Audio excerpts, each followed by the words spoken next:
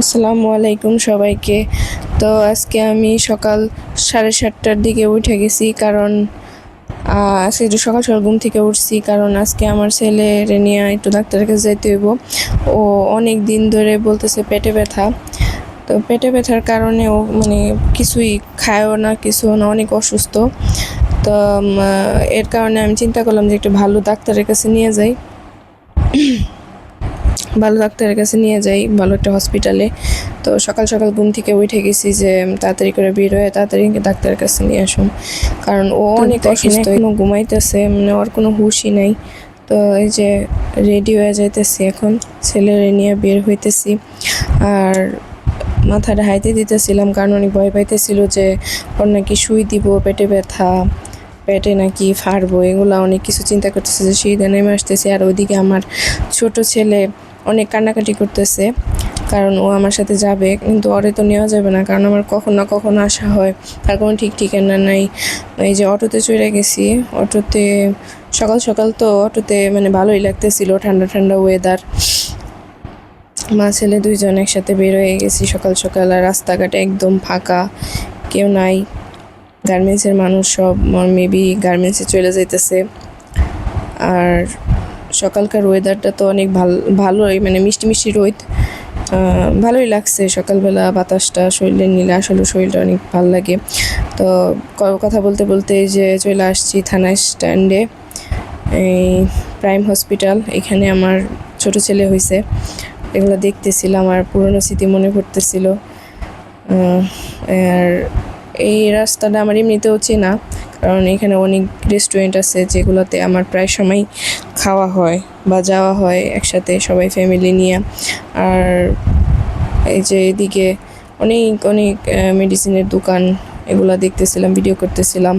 প্রায় হসপিটালের কাছাকাছি চলে আসছে। এই যে দেখেন কিভাবে রিক্সাগুলো সিরিয়াল বেয়ে ঢুকতেছিল, মনে হতেছিল যে বিয়ের বরযাত্রী ঢুকতেছে রিক্সা নিয়ে। এত পরিমাণে ভিড় এত সকালবেলায়, তাইলে বুঝেন যে সারাদিন কত পরিমাণে চাপ থাকে একটা হসপিটালে। এই হসপিটালে না আসলে বোঝাই যায় না, অনেক ভিড়, মানুষজন। আর এদিকে আমি টিকিট টিকিট কাইটা নিলাম, এখন লিফট করে দোতলায় চলে আসছি দোতলায়। দেখেন পা ফালানোর কোনো জায়গা নেই। তো ওরে টেস্ট দিছে কিছু ডাক্তার দেখানোর পরপরই, তো টেস্ট করামো, এর কারণে আগে সিরিয়াল দিয়ে এসে খাবার খাইতেছিলাম।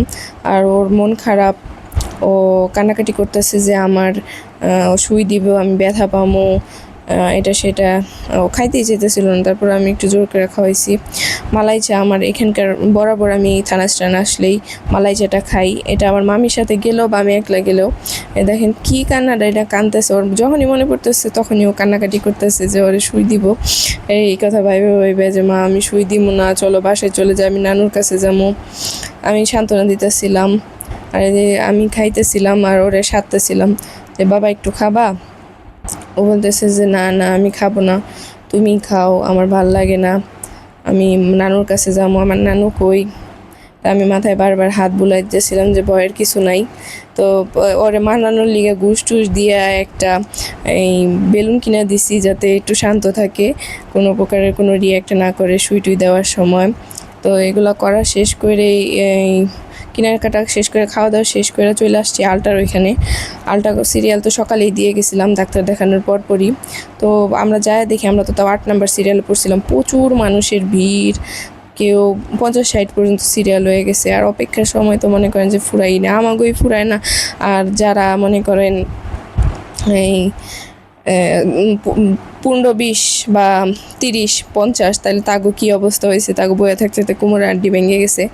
তা আমি তাও 12টা পর্যন্ত বসেছিলাম, তারপরে আমার সিরিয়াল আসছে।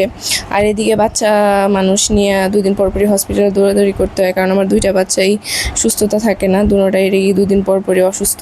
এখন এই যে বড়টা বেশি অসুস্থ হয়ে গেছে, পেটে ব্যথা, জ্বর, কমেই না, কিছু খাওয়া দাওয়া করে না, মন খারাপ করে বসে রয়েছে, এই যে হাই দিতেছে সবাই রে। আমি বলছি যে দেখো, আমি ওর দিকে ক্যামেরা ধরলেও হাই দেয়। আর এদিকে বলতেছে যে আন্টি আঙ্কেলরা আন্টিরা আমার আজকে আলট্রারে কি জানে লাল, আজকে আমার আলট্রা নাকি অ্যালটা বলতেছিল যে করব। তো আমি ওর কথা শুনে অনেক হাসতেছিলাম। তো আলট্রা করা শেষ করে তারপরে আমরা প্যাথোলজি কাউন্টারে চলে গেছিলাম। প্যাথোলজিতে যায় ওর একটু ব্লাড নিল, কারণ অনেকগুলো 5টা ব্লাড টেস্ট দিছিল। যে কান্নাকাটি করছে, এক নার্সে ধরছে আর আরেক নার্সে আর কি করছে। তো আমি ভিডিও করতেছিলাম দেখে আর কি ওনারা আমারে ধরতে দেয় নাই, বলতেছে যে আপনি ভিডিও করেন, আমরা ধরি। সব টেস্ট করে এখন বের হয়ে যাইতেছি বাসার উদ্দেশ্যে, কারণ অলরেডি 1টা বেজে গেছিলো। আর ছোটো বাচ্চারাই খেয়ে আসছি যেহেতু, ওখানে যায় বাসায় যায় আবার ওরা খাওয়া দাওয়া করাইতে হইব। আর এদিকে ওর রক্ত নিচ্ছে তো বেশি, এর কারণে ওরে ডাব খাওয়াইতেছিলাম, কারণ ডাব খাইলে শরীরের একটু দুর্বলতা ভাবটা কমবো, যেহেতু অনেক ছোট। আর এদিকে অনেক ডাব মানে সুন্দর দেখা যাইতেছিল ভিডিওতে, এর কারণে ভিডিও করে নিলাম। চলতে চলতে রিক্সা ভিডিওটা করা হয় নাই। তো চলতে চলতে এই যে ওভারব্রিজে উঠে গেছি। ওভারব্রিজ দিয়ে এখন ওভারব্রিজ পার করে ওই পারে যে তারপরে টেম্পুতে উঠবো, টেম্পুতে উঠে বাসায় চলে আসবো। আর বাসায় আসে তো সকালবেলা কাপড় চোপড় কিছু ধুই নেই, এমনিতেই এসে পড়ছি। তো বাসায় যায় ওগুলো ধুইতে হইব, আবার বাচ্চারা খাওয়াইতে হইব। মানে আমার এগুলো টেনশন লাগতেছিল যে এত দেরিতে গেছি, কত দেরি হয়ে যাবো আজকে। সকালবেলা থেকে এই পর্যন্ত খালি দৌড়াদৌড়ি, বাচ্চা নিয়ে এত পরিমাণ অসুস্থ তা বলার বাইরে না বাইরে। আর বিকাল হয়েছে একটু, এই যে দেখেন বাইরে চলে আসছি। ওদিকে নিও না, ওদিকেই আসো আসো সব এই যে আম্মু আসো আসো, পড়ে না জানি। এই যে দেখেন আমার 2 সোনা পাখি হাঁটটি হাঁটটি করতেছে। ওই যে আমাগো বাড়ি দেখা যায়। আব্বু আব্বু থাকবো,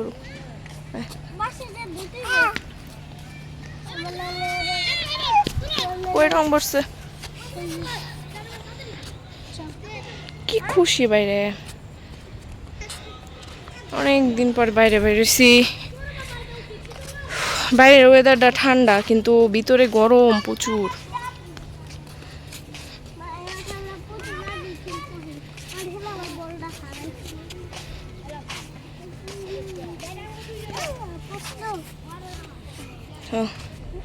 যাই বাসায় যাই কথা বলি। ওদেরকে নিয়ে একটু বাইরে গেছিলাম, বাইরে একটু আমার জরুরি কাজ ছিল। আপনারা হয়তো বা পরবর্তীতে কোনো ব্লগে দেখতে পারবেন যে আমি কী কারণে বাইরে গেছিলাম। আর এদিকে আমার টুকটুকি আমার টাকা পয়সা সব বের করতেছে। আমি সচরাচর বাইরে যাই না, তো তার আজকে একটু জরুরি কাজ ছিল, এর কারণে বাইরে গেছি। আর ওরও ঠান্ডা লাগছে, নাকদা পানি পড়তেছে, ওরও শরীরটা বেশি একটা ভালো না। তো এই যে আমি কিছু ব্রেড নিয়ে আসছিলাম বিকালে, কারণ বিকেলে কিছু নাস্তা খাওয়ার লাগে। আর ঘরে তো নাস্তা তৈরি করতে পারিনি, মা আজকে বাসায় ছিল না। মা থাকলে তার টুকটাক এটা মানে এটা সেটা খাওয়া হয়। তো এর কারণে আমি ব্রেড কিনে নিয়ে আসছি। তো আজকের ভিডিওটা বেশি একটা লং করব না, কারণ সারাদিন পরিশ্রম করছি, বাইরে অনেক কাজ ছিল। বাচ্চা নিয়ে হসপিটালে গেলে বুঝে নিত কী একটা অবস্থা হয় গরমের মধ্যে। তো আমি এদিক দিয়ে দেখাইতেছিলাম যে আমার ভাত টাত ভালো লাগে না, আমি এই কারণে মানে বাইরের জিনিস বেশি খাই। তো আমার ছেলে আমার দিকে হাঁ করে তাকাইছিল কতক্ষণ যে আমার আম্মু এগুলো কী বলে। আর আমার চোখ মুখের হাল দেখে বুঝেন যে আমার আজকে কি অবস্থা হয়েছে। আমি বারবার ঘামটা মুইছেও সারা পারতেছিলাম না, এত পরিমাণ অস্থির হয়ে যেতেছিলাম। বাইরে প্রচুর গরম, প্রচুর। তো বাহির থেকে আসার পর হাত মুখও ধোয়ার টাইম পাইনি। আমি বললাম যে তাহলে একটু ভিডিও করি, কারণ রাত্রেবেলা ভিডিও করার টাইম পাম না, মা যেহেতু বাসায় নাই, তো বাচ্চারা অনেক জ্বালাইব। তো এর কারণে ভিডিওটা এই পর্যন্তই শেষ করে দিতেছি, বেশি একটা লং করব না।